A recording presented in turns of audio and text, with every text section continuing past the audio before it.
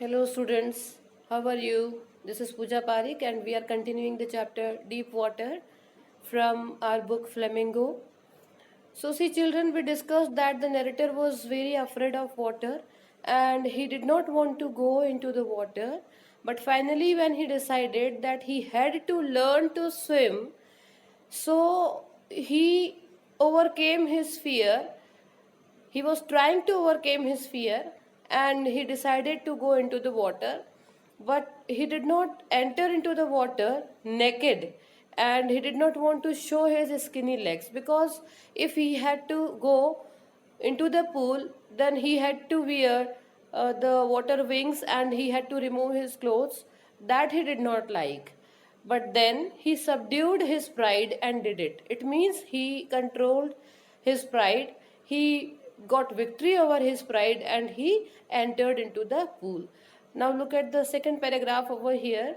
From the beginning, however, I had an aversion. Aversion means dislike.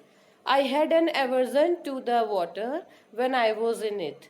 This started when I was 3 or 4 years old and father took me to the beach in California.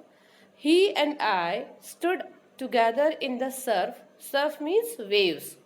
I hung on to him, yet the waves knocked me down and swept over me. I was buried in water. My breath was gone. I was frightened. Father laughed, but there was terror in my heart at the overpowering force of the waves. See, children, I have read the whole paragraph over here, and now we should understand the meaning of and the explanation this paragraph does have.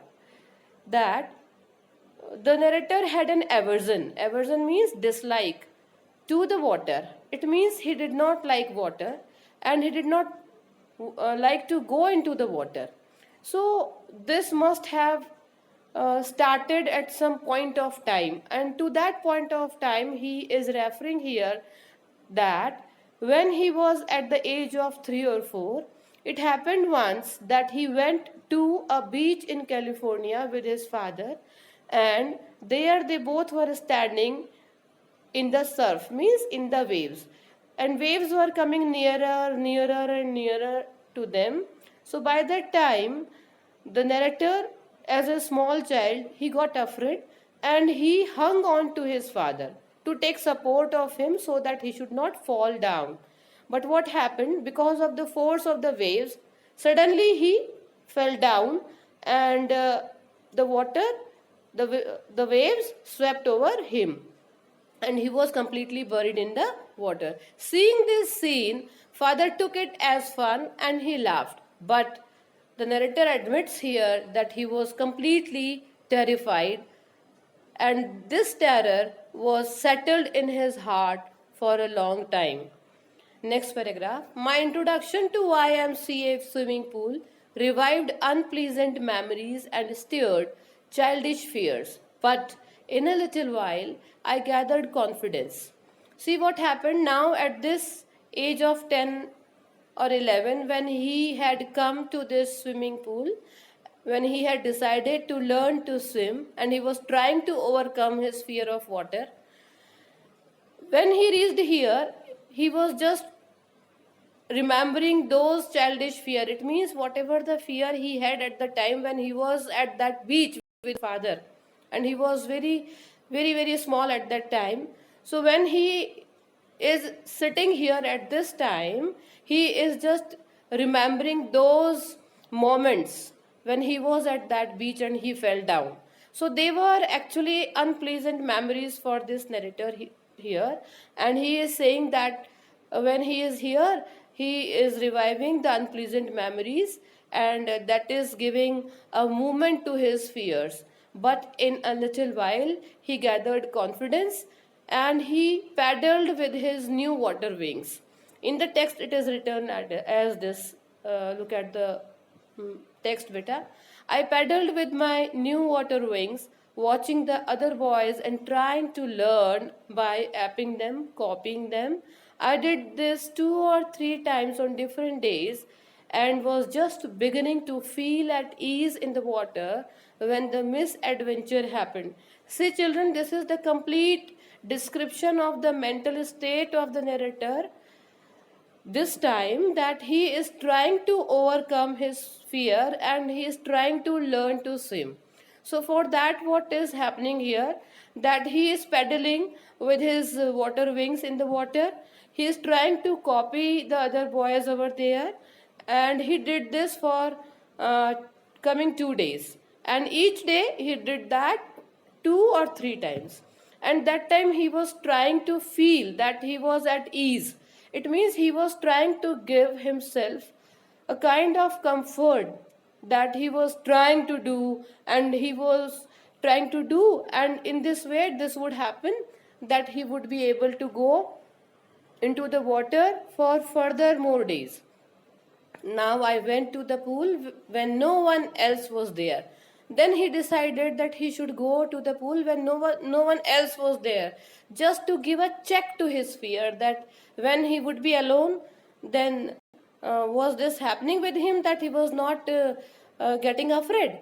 So he was just giving a check to himself. So he went to the pool when no one else was there, but what happened that he really got afraid. The place was quiet and the water was still, and the tiled bottom of the pool was as white and clean as a bathtub.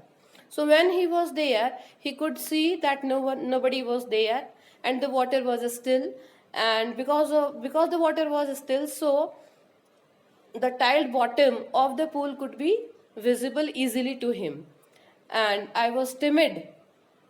I was afraid about going in alone, so I sat on the side of the pool wait for others. So now what happened, that he decided to go alone there, and alone also into the water. But finally when he reached to the pool, he saw that nobody was there, and that is what he decided. But when he was thinking to go into the water, he could not gather the courage.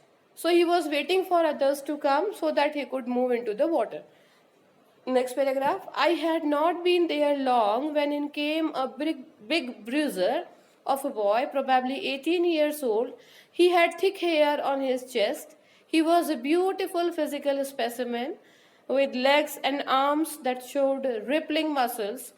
So now what happened, when he was waiting for others, there came a big boy, a muscular boy, we can say, whose legs and arms, they were showing rippling muscles. He was looking very strong with thick muscles. He yelled. He spoke very loudly to the narrator and said, "Hi, skinny." Here, the expression which is given here, the expression that is skinny, this is for the narrator. He said, "How would you like to be ducked?" It means, if I am going to throw you into the water, would you like it? This is the question which has been asked by that strong boy to the narrator. And do you know, children, what happened there? The big boy did not wait for the answer of the narrator. And same moment he asked the question, and same moment he picked up the narrator and tossed him into the deep end of the water. And you must be knowing, the deep end means where the depth was of 9 feet in the pool. And then the narrator says, I landed in a sitting position, I swallowed water and went at once to the bottom. I was completely frightened, but not yet frightened out of my wits. He says that he was completely frightened at that time. He swallowed water, but he was not so frightened that he could not use his wits. It means he was still in a position where he could plan something. Though his physical strength was not so good at that time, but he could at least think something. He could use his wits. He could use his intelligence to plan something. So when he was going down on his way, when he was going down to the bottom of the pool, he says, I planned when my feet hit the bottom, I would make a big jump, come to the surface, lie flat on the surface, and paddle to the edge of the pool. It means that he planned a kind of a strategy that when he would be touching the bottom of the pool, he would try to make a big jump in order to come out and come to the surface. Then he would lie flat on the surface. Then he would paddle and he would come to the edge of the pool. This was just a planning. See, children, this was just a planning of him. It seemed a long way.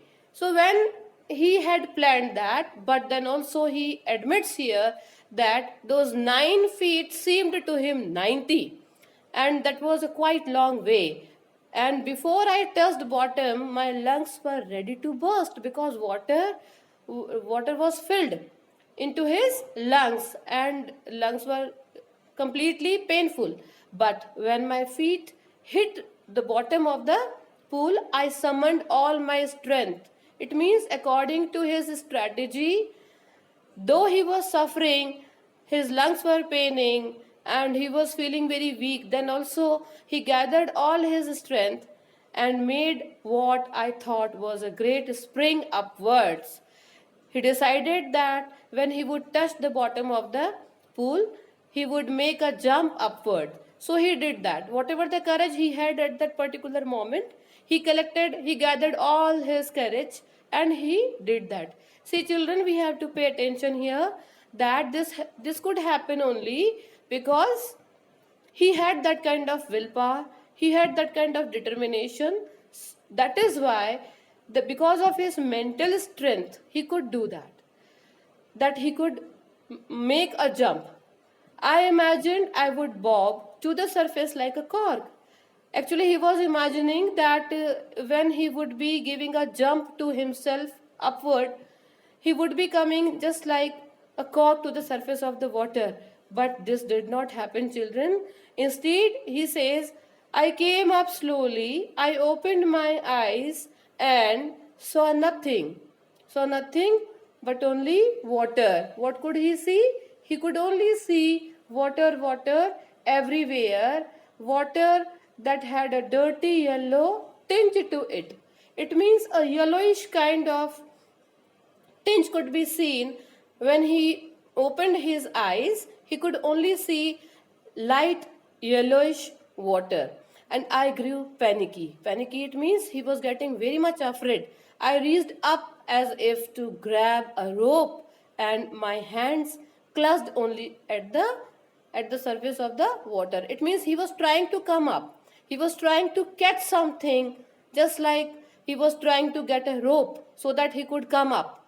But he was suffocating. He says, I was suffocating. I tried to yell, but no sound came out. It means when he was trying to yell, he was trying to shout for any kind of help from outside, but no sound was coming out of his throat because the throat was completely choked because of the water. Then my eyes and nose came out of water, but my mouth could not come out of the surface of the water. Next paragraph. I flailed means I floated at the surface of the water. I again swallowed water and choked. I tried to bring my legs up, but they hung as dead weights. It means they were just weights. It means they were just non-living. As non-living things are attached to our body, so just like that, I could feel that my legs were paralyzed. I could not move them. They were rigid. A great force was pulling me under. It means my strength I was applying upward, but because I was so weak, I was very much weak at that time, so I was getting down, and something was pulling me just towards the bottom of the pool. I screamed, but only the water heard me because nobody else was there. I had started on the long journey back to the bottom of the pool. This time, second time, he was getting down to the bottom of the pool. I struck at the water as I went down. Expending means losing my strength as one in a nightmare fights an irresistible force. It means that he is comparing here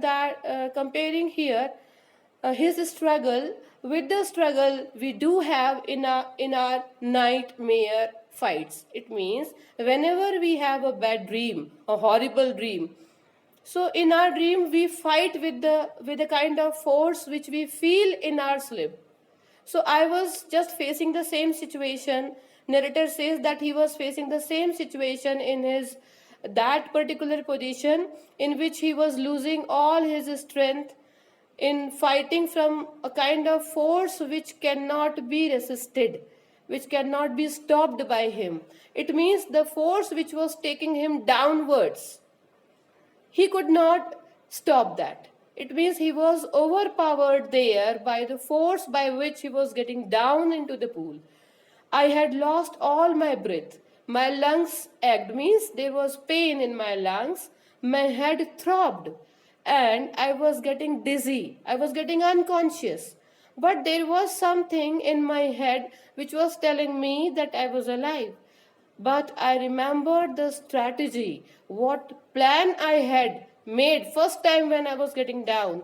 I would spring from the bottom of the pool, come like a cock to the surface of the water. Then I would lie flat on the surface of the water, strike out with my arms and thrash with my legs. Then I would get to the edge of the pool and be safe. So second time when I was getting down, then again I was reminding myself that what kind of strategy I had when I was getting down the first time. So I was just reminding that whenever I would this time touch the bottom of the pool, again I would push myself upward and I would lie flat on the surface of the water and I would be safe. I would reach to the edge of the pool.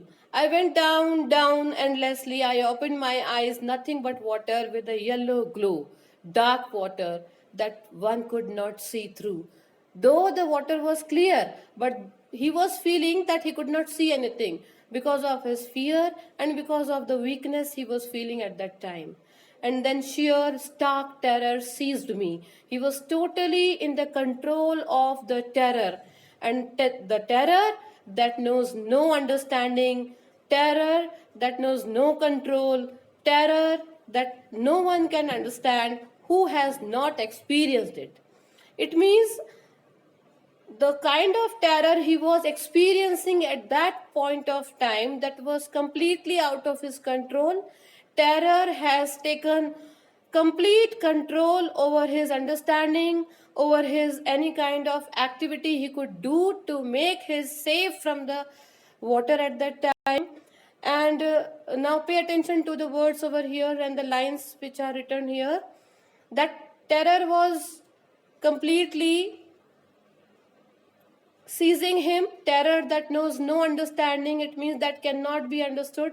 Terror that knows no control, it means that cannot be controlled, and that no one can understand who has not experienced it.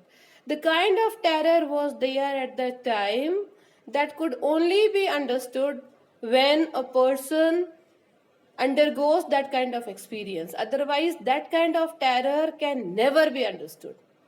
This is the interpretation of the narrator here, children, and this is very much true. We cannot experience the kind of fear. If somebody says that he is afraid of something, we can understand only when we experience that. Otherwise, we can only talk about that. I was shrieking underwater, I was paralyzed underwater, stiff, rigid with fear. Even the screams in my throat were completely frozen. I was trying to scream, I was trying to shout, but my voice was frozen. It was not coming out of my throat. Only my heart and the pounding in my head said that I was still alive. It means whatever the throbbing I could feel in my head, the pounding in my head, and my heartbeat, these two things were telling me. It means whatever the movement of the heartbeat in my heart and throbbing in my head, these two things were telling me that I was alive. Otherwise, I was feeling that I was dead. And then in the midst of the terror came a touch of reason. It means a logic came to me, a thinking came to me. I must remember to jump. I again remembered my strategy that I should jump upward whenever I would be touching the bottom. At last, I felt the tiles under me. Under me means under my feet. When I realized that the bottom was there under my feet. My toes reached out as if to grab them. I jumped with everything, means whatever the courage, whatever the strength I had, with that I tried to jump. But the jump made no difference. The water was still around me. I looked for ropes, ladders, water wings, but I could find nothing. Nothing. I only found that was water over there. A mass of yellow water held me, caught me. Stark terror took an even deeper hold on me, like a great charge of electricity. Whenever we touch, suppose we unknowingly we touch electricity, how the touch of electricity catches our strength. Same way, the force of water, the fear of water just got hold of me, and I shook and trembled with fright. My arms would not move. I was completely paralyzed. My body was not working. My physical strength has come to zero. My legs would not move. I tried to call for help, to call for mother, but nothing happened. Children, in the last line it is given, I tried to call for help, to call for mother. It happens whenever we are in that kind of terrified situation, especially small children. See, children, narrator at this time was at the age of 10 or 11 and he was just a child. So children do this. Whenever they are frightened, they call for mother. So he also called for mother at that time when he could not find anything to get saved. But nothing happened. So what happened, that he was totally in the control of the fear of water, and he had lost all his physical strength. But what he had only, that was his willpower and his determination. And he also remembered the strategy which he made first time when he was getting down to the bottom, when he was thrown by the big boy. See children, we are giving a pause here, and we will continue in the next video. You just go through these lines and also go through the lines which are given in the further pages of this chapter, so that whenever we have a discussion in future, in the next video, you should get the essence of that. And if you have any problem, you can contact me.